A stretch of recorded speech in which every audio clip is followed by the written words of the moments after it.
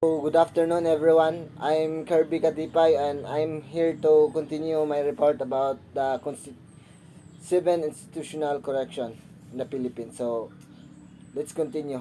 So, Davao Penal Colony. So, the Davao Penal Colony is the first penal settlement founded and organized under Filipino administration. So, the settlement, which originally had an area of approximately 30,000 hectares in the districts of Panabo and Tagum, Davao del Norte. So, it was permanently established on January 21. So, January 21, 1932, by virtue of Act number 3732. So, this organization or this building was made or was was built in January 21 for the purpose to reduce overcrowding and some imprisonment, and for the purpose to move or to widen the correctional institution in the Philippines. So next slide. Pindutan pa lang sa screen sa cellphone. Ipo sa post. Asa ko tampon? So next slide. So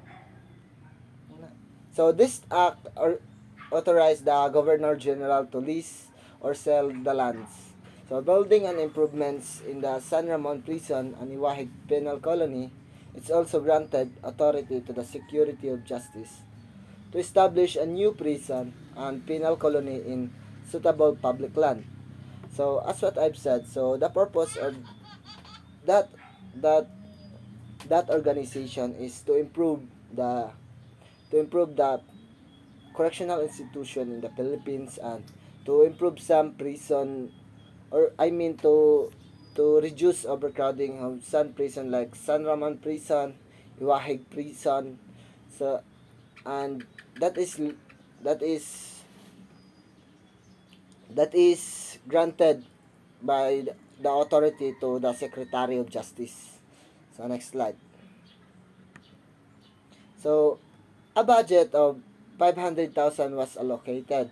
So several communities were created to pick a suitable site for the penal settlement. So in accordance with the recommendation of these committees, so Governor Dwight Davis signed Proclamation number 414 on October 7, 1931. So which reserved a site for the penal colony in Davao province in Mindanao. In this site, so offered ideal condition for agricultural activities. So one of the purpose of this organization that build is for the inmates to have some activities for them to re, rehabilitate or to change their behavior, like agricultural activities, so that they focus that activities, not bad behavior. So next slide. So during the World War II, the colony was converted into a concentration camp. So where more than 1,000 Japanese internees were committed by the Philippine American Armed Forces. So the Japanese were treated in accordance with the orders of the American commanding officer. So during that war, some Japanese army or Japanese soldiers were were put some put in some rooms for them for for some purposes, and that purposes was in order from the rule given by the higher authority. Next slide. So on December 20, 1941, the Japanese Imperial Force attacked Davao, and the colony was among the establishment taken over by the invading army. So the entire settlement was thrown into confusion and a great number of prisoners escaped. So because of that Japanese during that World War II, some because of the Japanese some Japanese soldiers are imprisoned or or I mean were locked. So, because of that, so the Japanese Imperial were they want to rescue or they want to they want to get the Japanese army that being prison by the American forces. So some by that war the the entire settlement was thrown confusion and a great number of prisoners escaped. So next slide. Ito, sagot lang. So normal operation were inevitably disturbed. So November 8, 1942, a representative of the director of the prison transferred the colony and its properties to the Japanese authorities. So by November 8, 1942, so the Japanese authorities were get the some prisoners and transferred to their proper colony and their properties. So next slide. So the remaining colony employees, their families and the inmates evacuated to Iwahig where they organized the Davao Penal Colony at Ina Inagawan Sub-Colony, Palawan.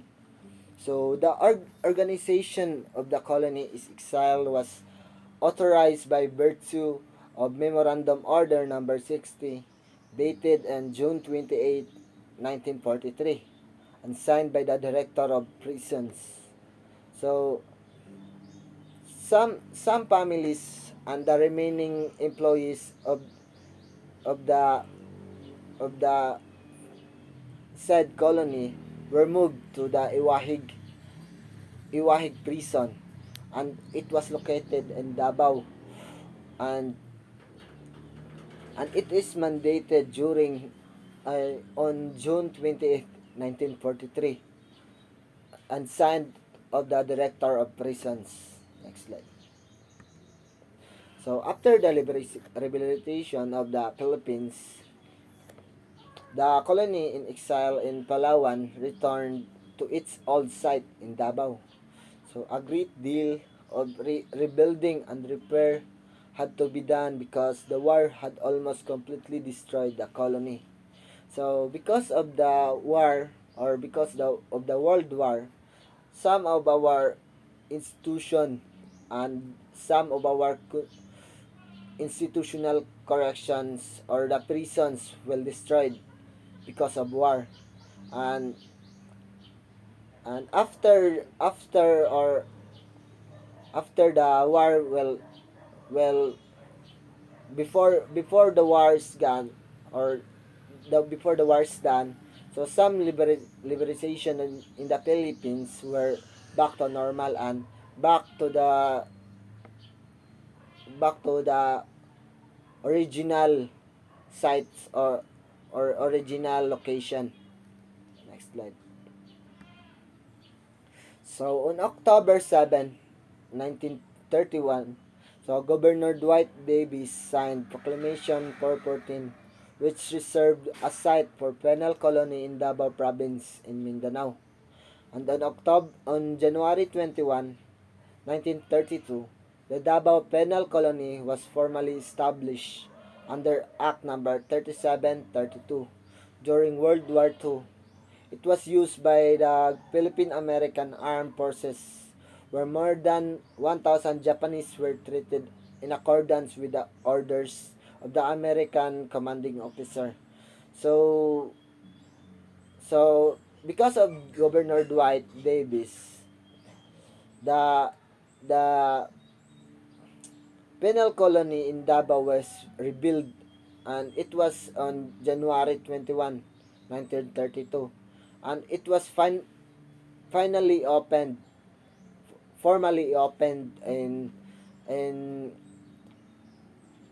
in accordance to the order under the activity number 37 act number 3732.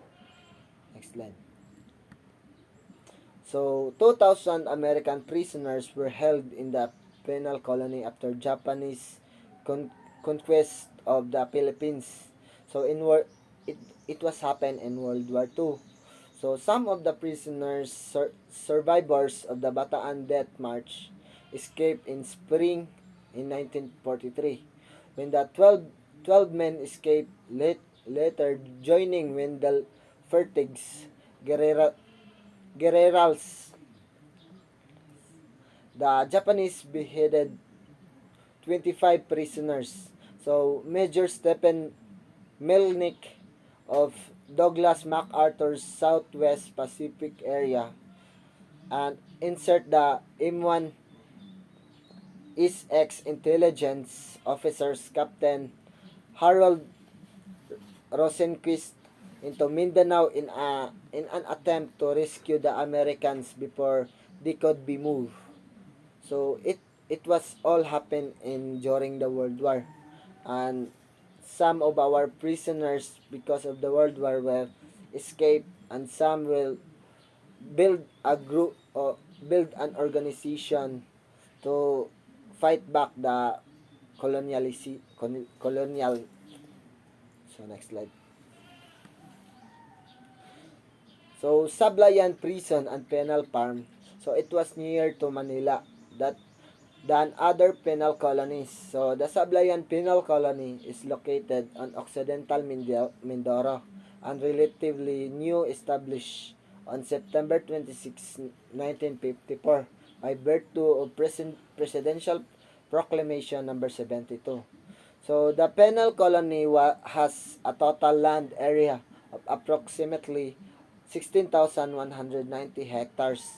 So this penal institution or penal prison was built during the on September 26, 1954, and it was opened it was opened that day because of some prisons were while destroyed during the World War. So next slide. So prison records show that the first colonists and employees arrived in Sablayan on January 15, 1955. So since then, several buildings have been constructed, including the colonists' dormitories, employees' quarters, guardhouse, schoolhouse, chapel, recreation hall, and post exchange. So this was during the colonialization, and it was in January 15, 1955, and several buildings had been constructed for some purposes, schoolhouse or etc., chapel. Oh, next slide. So there are three sub colonies were later organized. One is a reservation, which this day remains part of a protected rainforest. Another in a coastal area. The third was used by the national government as a relocation site for refuge from the eruption of Mount Pinatubo eruption in 1991. So these subcolonies are protected our rainforest, or and some is the coastal area like seas, and the third is for the they use that for the rehabilitation, relocation of the people that affected during the eruption of Mount Pinatubo. Next slide. So Sablayan Prison is a facility where prisoners from NBP are brought for decongestion purposes. It's follow the some same colony standard as other penal farms. So this prison is also used to rehabilitate or used to reduce the overcrowding of some prison like Iwahig, like some prison. So next, the penal colony is designed from minimum security prisoners. So primary product is rice that is used also to supply the NBP. So the penal colony is also the product the harvest from agricultural activities. They produce or they are the primary productor or supplier in the NBP. So next slide. So principal activity and product is agriculture and production is agricultural rice. So not only for the use of the inmates of the colony but also supplying some rice needs to of the NBP. So at what I've so what as what I've said, so the some recreational activities inside the imprisonments are also belong agriculture, sports, sa also vocational activities, and for the purpose is to to to change or to change their mindset and to also to rehabilitate their their perspective. Next slide. Okay. So, as of March 2019, about 466 inmates in the Sablayan Prison and Penal Farm in the Philippines used to be farmers or gardeners. The the prison facility is located in Occidental Mindoro, that is part of the Mimoropa region of the Philippines, with approximately 335.4 crime incident per 100,000 individuals. Excuse me. So, so from Sablayan Prison, the primary primary recreational activities they focuses about agriculture, because Sablayan Prison has big area that can be used in agricultural activities, and that purpose is to earn to earn income earn income to our inmates, because if they harvest some some some money are for the area, and some for the loans that they gain for that area, and some is for their for their savings. Next slide. So, prison records show that the first colonists and employees arrived in Sablayan on January 15, 1955. Since then, several buildings have been constructed, including the colonists' dormitories, employees' quarters, guardhouse, schoolhouse, chapel, recreation hall, and post exchange.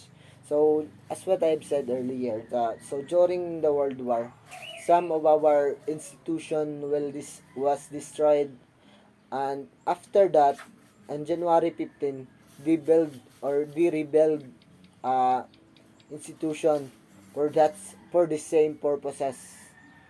So, next slide. So, three sub-colonies were later organized. One is reservation, which this day remains part of a protected rainforest.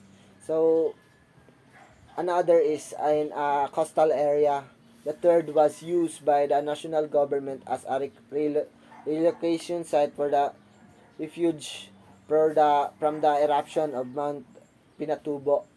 So in 1991. So that colonies, sub-colonies were a good purposes to guard or to secure the rainforest, the seas or the coastal area. And another one is used for the relocation for the people affected in the eruption of Mount Pinatubo. So unlike any other of or the usual penal colony, the prisoners here are almost enjoying their freedom instead of being locked down inside concrete structures with metal bars. They can roam around the area without so much restriction. They are also made to tell the land area to have their own supply of at least basic food requirements for during their stay. So so Sablayan penal colonies are that this colony is so less strict organization or less strict correctional institution because their inmates are not totally the same as another constitution that they are only locked down or they can only get out when they do their duties or their jobs or to eat or something like that. So next slide. So so that's all for this video and thank you for listening, you guys.